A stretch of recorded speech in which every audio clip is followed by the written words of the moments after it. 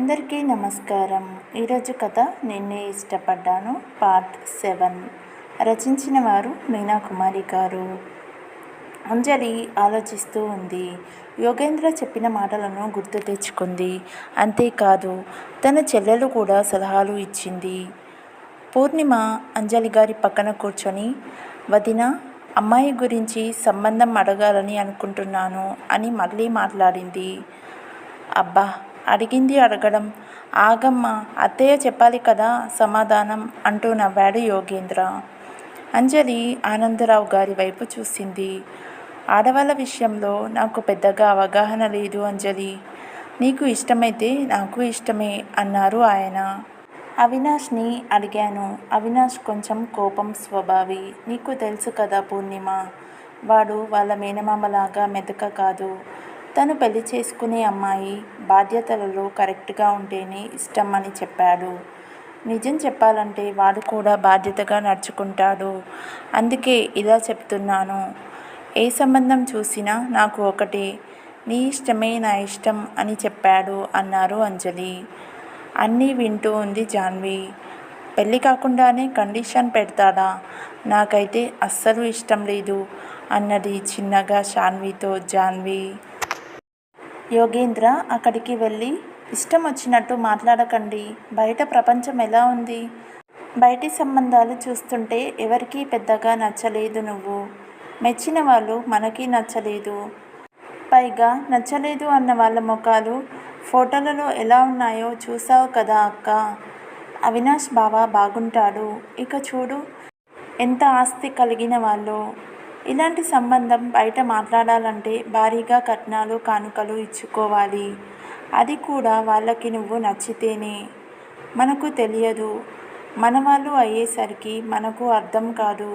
అదే ఇతరులు పెళ్లి చూపులకు వస్తూ ఇంత కారేసుకొని అన్ని నగలు వేసుకొని అత్తగారు వస్తే అమ్మో అని చాలా గొప్పగా అనుకుంటాము. సంబంధం మంచిది. బయట వాళ్ళు అయితే ఎలా ఉంటారో ఏంటో కూడా మనకు తెలియదు. ఎక్కువ మాట్లాడకుండా అర్థం చేసుకో అక్క. అక్క అనాలి అన్నా నాకు కుదరడం లేదు. ఎందుకంటే నీ బుర్ర నా చిన్నప్పుడు ఎలా ఉందో అలాగే ఉండిపోయింది అంటూ నవ్వేశాడు యోగేంద్ర. అంజలి మాట్లాడుతూ, నీకు తెలియదు పూర్ణిమ, నేను కాపురానికి వెళ్ళేసరికి మా ఇంట్లో మా అత్తగారి పద్ధతులు అన్నీ తెలుసుకున్నాను. ఇప్పుడు నాకు ఆడవాళ్ళ విషయాలు ఏమీ తెలియదు అంటున్నారు. కానీ మీ అన్నయ్య గారు నాకు మొదటి రోజే చెప్పారు, మా ఇంట్లో సాంప్రదాయాలు కానీ గౌరవాలకు కానీ పెద్దపీట వేస్తాము. అమ్మకు తగ్గట్టుగా నడుచుకోవాలి. అమ్మ పెద్ద కాబట్టి ఏదైనా ఒక మాట అన్నా సర్దుకుపోయే తత్వం ఉండాలి. మా అమ్మే కదా అనుకుంటే మా అమ్మ చెప్పిన మాటలు నీకు అత్తగారు చెప్పినట్లు ఉండవు. పైగా మా అమ్మ మన మంచి కోరే మనిషి. ఇబ్బంది ఉండదు నీకు. అది అర్థం చేసుకుంటే బాగుంటుంది అని నాకు ఆ రోజే ఆయన చెప్పారు. అప్పటి నుండి మా అత్తగారు మామగారు ఉన్నంత వరకు మా దగ్గరే ఉండేవారు. ఆనందంగా ఉండేవారు కాబట్టి మేము కూడా ఆ ఆనందాన్ని పంచుకునే వాళ్ళం. ఇబ్బంది లేకుండా జరిగిపోయాయి రోజులు. ఇప్పటి కాలం కుర్రాళ్ళలాగా లేనిపోని వేషాలు ఉండవు అవినాష్ దగ్గర. కుటుంబంలో అందరితో కలిసిమెలిసి ఆనందంగా ఉంటే బాగుంటుంది ఇంటికి వచ్చే కోడలు. కోడలు అంటే పట్టెమంచం దిగకుండా, అత్త ఆడబిడ్డలను ప్రేమగా చూసుకోకుండా ఉండడం కాదు. కోడలుగా నేను ఎంత ప్రేమిస్తానో అత్తగా నన్ను కూడా తాను అంతే ప్రేమించాలి. నా కూతురు కూడా పద్ధతిగా పెరిగింది కాబట్టి వచ్చే కోడలికి ఇబ్బంది మాత్రం ఉండదు నా కుటుంబం వల్ల. కానీ తన వల్ల ఇబ్బందులు వస్తే మాత్రం ఊరుకునేది లేదు. అందుకే అయిన వాళ్ళ సంబంధం అయినా కూడా మనకు ఉన్న విషయాలు చెప్పడం మంచిది అని చెబుతున్నాను. ఇవి ఇష్టమైతేనే ఒప్పుకోవడానికి మాకు ఏమాత్రం అభ్యంతరం లేదు అని చెప్పింది అంజలి. ఆడపడుచు మాట్లాడుతున్న మాటలు అన్నీ అర్థమయ్యాయి పూర్ణిమకు. ప్రవర్తనలో తప్పులు కుదరవు అన్న విషయాల్లో కాపురానికి వచ్చిన కొత్తలో తన ప్రవర్తన కనిపిస్తూ ఒక రకంగా అనిపించింది పూర్ణిమకు. కానీ ప్రస్తుతం ఉన్న పరిస్థితులు, తన బిడ్డ భవిష్యత్తు గురించి తీసుకోవాల్సిన నిర్ణయంలో తెలివిగా ఉండాలి. ఈ సంబంధాన్ని ఒప్పుకోకపోతే ఆ తర్వాత ఇంత మంచి సంబంధాన్ని తీసుకురాలేము. ఒకవేళ తెచ్చినా కూడా బయట వాళ్ళతో వచ్చే తిప్పలు తప్పవు అనుకుంది పూర్ణిమ. సరే, అత్త చెప్పాల్సిన మాటలు చెప్పేసింది. ఇక నాన్నగారు, మీరు అమ్మ కూతుళ్ళు మీరు కలుపుకుంటే నేను కూడా కూర్చొని మాట్లాడుకుందాం నానమ్మ దగ్గర అన్నాడు నవ్వుతూ యోగేంద్ర. అంజలి గారు మాట్లాడుతూ, ప్రదీప్, నువ్వు అమ్మను చూడకపోయినా నేను ఎందుకు నీ పట్ల ప్రేమగా ఉంటున్నానో తెలుసా? నీ కొడుకు యోగి అమ్మను బంగారంలా చూసుకుంటున్నాడు. లేకపోతే మీరు సంబంధం కోసం మమ్మల్ని అడిగే ధైర్యం కూడా చేసేవారు కాదు. నా తల్లిని మనవడు చూసుకుంటున్నాడు. అంతకు మించిన అదృష్టం ఇంకేం కావాలి అనిపించింది. అందుకే ఆ విషయాన్ని నేను తప్పుగా తీసుకోలేదు. అందుకే మీరు సంబంధం గురించి అడిగినా నేను కాదు అనలేదు అన్నది అంజలి. అవి మాత్రం ఆమె మనసులో నుంచి వచ్చిన మాటలు. ఆ మాటలు వింటున్న ప్రదీప్కి నిజంగానే సిగ్గు కలిగింది. తప్పు తనది ఉంది అన్న భావం పూర్ణిమకి కలిగింది. చాలా బాగా మాట్లాడారు అత్తయ్య అనుకున్నాడు యోగేంద్ర. పర్వాలేదు, మంచి డైలాగ్ కొట్టేశావుగా ఆఖర్లో అని లోపలి అనుకుని నవ్వుకున్నారు ఆనందరావు గారు. ఇక సీతమ్మ గారి దగ్గరికి వచ్చి కొడుకు కోడలు మనవడు మనవరాళ్ళు మాట్లాడుకున్నారు. నేటి పరిస్థితులు అన్నీ కూడా గమనించుకుంటే ఇంతకన్నా మంచి అవకాశం రాదు. జాన్వీకి పెళ్లి చేశాక మళ్ళీ శాన్వికి పెళ్లి చేయాలి. కాబట్టి ఈ సంబంధం ఒప్పుకోవాలి. వారు అడిగిన విషయాలను మాత్రం ఆచరణలో పెట్టాలి. తర్వాత గొడవలు వస్తే బాగోదు అని అందరూ చెప్పుకున్నారు. శుభస్య శీఘ్రం అనుకుని లగ్నాలు పెట్టేసుకున్నారు. అవినాష్కి జాన్వీకి పెళ్లి జరిగింది. జాన్వీకి అవినాష్ చాలా బాగా నచ్చాడు. అత్తవారి ఇంట్లో ఉండే విధానాల గురించి అందరూ కూర్చొని ముందే చెప్పారు. కాపురానికి పంపించేటప్పుడు ఉదయాన్నే లేవటం అలవాటు లేదు. అక్క, అలారం పెట్టుకో అని యోగేంద్ర. ఏ పనైనా అత్తయ్యను అడిగి చక్కగా చేయడం నేర్చుకో అని సీతమ్మ. గాజులు బొట్టు అన్నీ తీసేసి పిచ్చిదానిలా ఉంటూ ఉంటావు. అలా ఉండకూడదు పెళ్ళయ్యాక అంటూ పూర్ణిమ. నువ్వు చేసే పనుల బట్టి మాకు గౌరవం. మీ అమ్మ అబ్బా అని మేము తిట్టించుకునే పరిస్థితి మాత్రం తీసుకురావద్దు అని ప్రదీప్.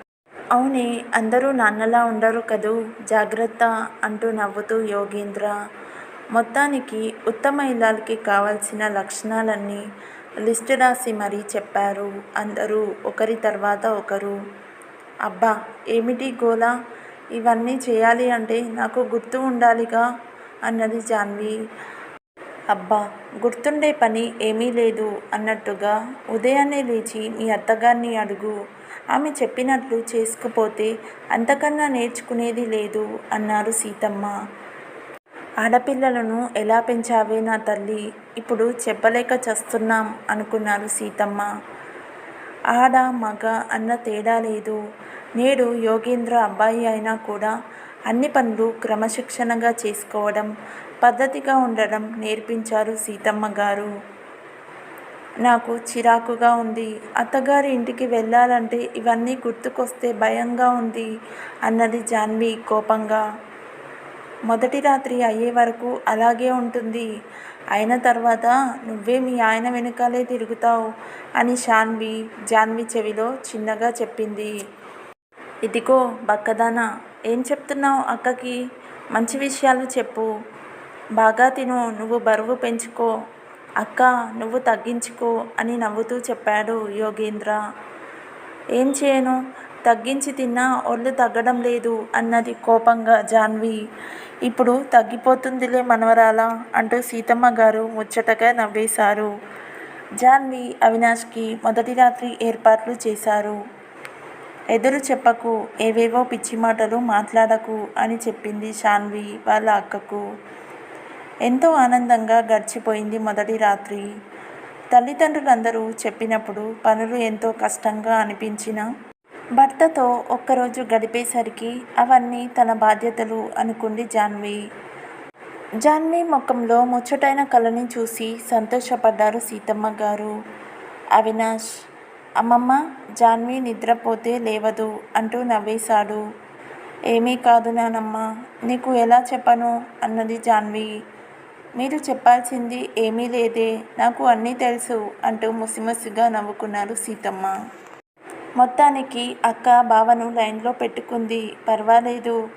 ఇక అత్తగారింట్లో అడుగు పెట్టాక అక్కడ కూడా సవ్యంగా ఉంటే అంతే చాలు దేవుడా అనుకున్నాడు యోగేంద్ర. పెద్ద కూతురికి ఇవ్వాలనుకున్న కట్న కానుకలు, చీరలు, సారే, ఆడపడుచుకి కట్నం అన్నీ కూడా బయట వాళ్లకు ఎలా ఇవ్వాలి అనుకున్నారో అలాగే ఇచ్చేయాలి అని చెప్పి మరీ ఇప్పించాడు యోగేంద్ర. అక్క వాళ్ళకి మేనకోడలు అయినా కూడా ఇటువంటి విషయాల్లో తగ్గకూడదు నాన్నగారు. కట్నం కావాలి అని పీడించే వాళ్ళది వరకట్న బాధ అయితే ఇలా ఆడపిల్లకు స్త్రీధనం ఇచ్చి పంపడం మన సాంప్రదాయం కదూ అన్నాడు నవ్వుతూ యోగేంద్ర. ఒక్కోసారి యోగేంద్ర వైపు చూస్తే నీ అంత జ్ఞానం నాకు ఎందుకు రాలేదురా అనుకుంటారు ప్రదీప్. ఆ జ్ఞానానికి కారణం మా అమ్మ మాటలు. మా అమ్మ మాటలు వింటే నేను ఇలా తయారయ్యేవాడిని కాదు. నన్ను గారాబం చేసింది అమ్మగా, వాడిని తీర్చిదిద్దింది నానమ్మగా అనుకొని తల్లి వైపు ఆనందంగా చూస్తున్నాడు ప్రదీప్. మిగిలిన కథ నెక్స్ట్ పార్ట్లో చూద్దాం. If you like this video please like, share and subscribe to my YouTube channel. Thank you.